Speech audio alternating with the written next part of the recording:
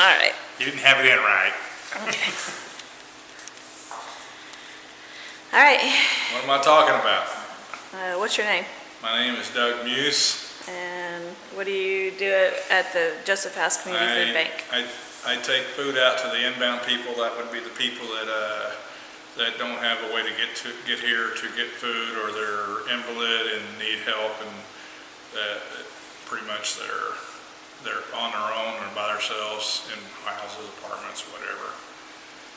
Most of them are either have some kind of disability or just extremely poor, can't get out. Okay. How long have you been doing the food ministry? I've been doing the food ministry for 14 years. I think it's 13 or 14, somewhere in that area. And how much do you get paid for doing the food ministry? Let's see. One time I got a bottle of water once in a while. It's a volunteer job. We do that. Most people, everybody here does this on a volunteer basis to help other people to get along. Okay. So why would you volunteer to do that? Why would you volunteer to do the food ministry? Because God calls us to help other people. He tells us all the time to help other people. You don't necessarily have to be preaching at them to help them, but people need help, and that's what we're told to do by the Lord. So. Okay. Do you have any people in particular that you help that you'd like to mention? Maybe something they've been through or something? Oh, there's several. Some of the ones that are always cheerful, that are, it's a blessing to go by their house all the time. For instance, Peggy Tomlin in Haskell. She's just always cheerful, always pleasant, always she's a really nice lady. There's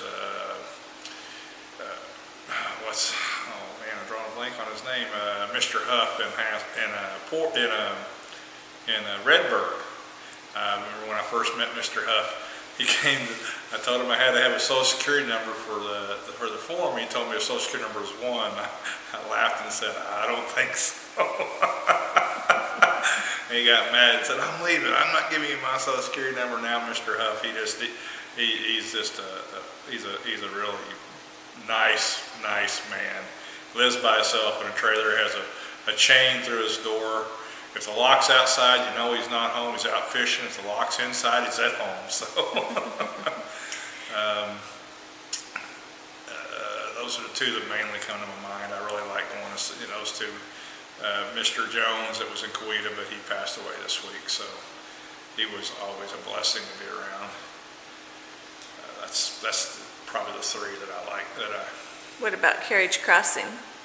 Carriage Crossing is it's a lot of newer people there now that I don't know quite as well. There's a few that Mr. Carter's there that his daughter is the one that runs the place, but he's a former preacher. He just turned 100 years old. He's always how's Israel doing? How's Israel doing? I have to look at him lately and tell him, well, you probably know better than me. You're watching the news. So how do you think the food helps the people? Some of these people just don't have no way to get out and get food. So this is, for instance, Carriage Crossing. I mean, you're 100 years old. It's kind of hard to go get food. So they don't get a meal every day. They don't get meals on weekends and stuff. So it helps them get through the month by giving them some food for the weekends. The ones that are in apartments and houses, they probably have people that might help them. But a lot of times when you're single and old and elderly and disabled, people don't want to come. They don't want. They just stay away from you, shy away from you. One thing I learned, from my grandmother is, they're people too. If you don't help them, then you may not be getting help when you get that age either. So it's it's a two-way street. Plus, you learn a lot. They can give you a lot of words of wisdom. So not only do they get fed, I get fed too. So it's the food helps them with their. Hello. I guarantee it's my wife. What do you want, woman? No. Is it Sister Jackie? Tell her she's interrupting our You're video. interrupting our video. The battery is running down.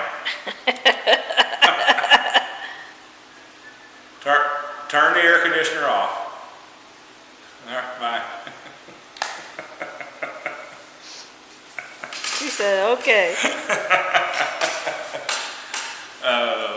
Okay, let's see. Where were we? Oh, whoops, we videoed that, great.